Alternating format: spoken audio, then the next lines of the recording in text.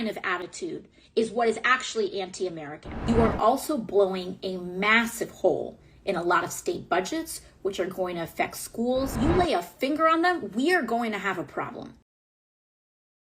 I've pulled a few clips from a live stream that AOC did a few days ago as she was going in on the Republican agenda behind closed doors in Congress to, well, essentially cut Medicaid and give trillions of dollars to the billionaires. So buckle up. If you can, first take a moment, leave us a like. We really appreciate us. It's free and it helps us out a ton. And let's see what context we can add to these clips. The way Medicaid gets dispersed is actually by the states. And so Medicaid is paid for by a combination of state and federal match money. In wealthier states, the federal match is lower. So, for example, in New York, the match is 1-to-1. For every $1 that New York spends, the federal government spends $1. Other states, like Kentucky, they actually get a higher federal match. Around 70% of their Medicaid disbursements are paid by the federal government, and 30% are paid by the state. And so what that means is that for so many state budgets, a huge amount of the money that comes in for the state budget in general comes in through Medicaid financing. And so if you touch Medicaid, you are also blowing a massive hole in a lot of state budgets, which are going to affect schools, which are going to affect lots of other things to make up the difference. And this is completely true. Medicaid is handled by the states and how it's administered. It's just with federal oversight and funds. So if you cut it on a federal level, it still exists on the state level and it leaves these states having to fill that hole, which has some tough choices. I mean, one, they're either not going to fill the hole and it's going to leave people uninsured as they pull them off of Medicaid, or it leaves less money for education, for roads, for police, for anything else your tax dollars go towards as they have to fill the gap and bleed those dry to fund Medicaid in place of that federal funding, of which, again, funds almost half the births in this country, over 90% of long-term care for seniors in this country. It handles health services for the poorest individuals in this country. So this is literal theft from the poorest Americans to give to the rich, but in a way that, as I explained, will also downstream affect everyone, whether it be from education, from the crime rate, from poorer roads, higher sales and gas tax, whatever it may be. That right there, that kind of attitude is what is actually anti-American. That kind of attitude is what is actually treasonous, is to attack our Constitution and to attack the obligations that we have in our Constitution, to attack free speech, to attack the powers of Congress, to erode our ability to investigate and conduct oversight. That is what is un-American.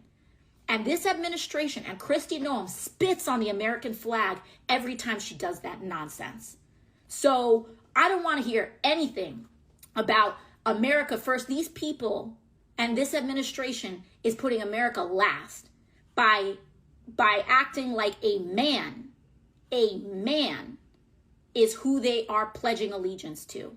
That is not what this country is about. It's the simple fact that we don't anoint kings in this country. The American experiment, the liberal democracy we have constructed that has made us the greatest country in the world, only exists because the people places the values, the as laid out in the Constitution and amended to be included in the Constitution, above the party, right? Above one man specifically, with a belief that all persons have a right to life, to liberty, the pursuit of happiness, these core human rights, where our leaders have respected these equally, probably out of fear of what will happen if they didn't. And now Trump is tossing all of that respect aside for the norms and the traditions because MAGA isn't like giving him any penalty for doing so. They're cheering him on because, well, at least it's their side winning, not understanding that it's a hell of a lot to get rights back once you've lost them than it is to defend them from being taken. Now, what DHS is trying to say, again, they're using public intimidation because they know that they cannot come for us all. They know that they cannot come for us all. And recently what they said is that DHS is allegedly looking into arresting members of Congress who were showing up for their legal and constitutional obligation to conduct oversight. If anyone's breaking the law in this situation, it's not members of Congress, it's the Department of Homeland Security. It's people like Tom Homan and Secretary Kristi Noem. You lay a finger on someone, on Representative Bonnie Watson Coleman, on Representative or any of the representatives that were there, you lay a finger on them, we are going to have a problem. Because the people who are breaking the law are the people who are not abiding by it. And it's crazy how MAGA loves to yap about the deep state and evil bureaucrats and how we can't trust them. And like, this is how you can tell all that rage is completely manufactured, as what would then be scarier than administrative officials, faceless, unelected agents, denying government elected officials from coming in and doing their lawful oversight? Why wouldn't they want to allow Democratic officials in to see what's happening?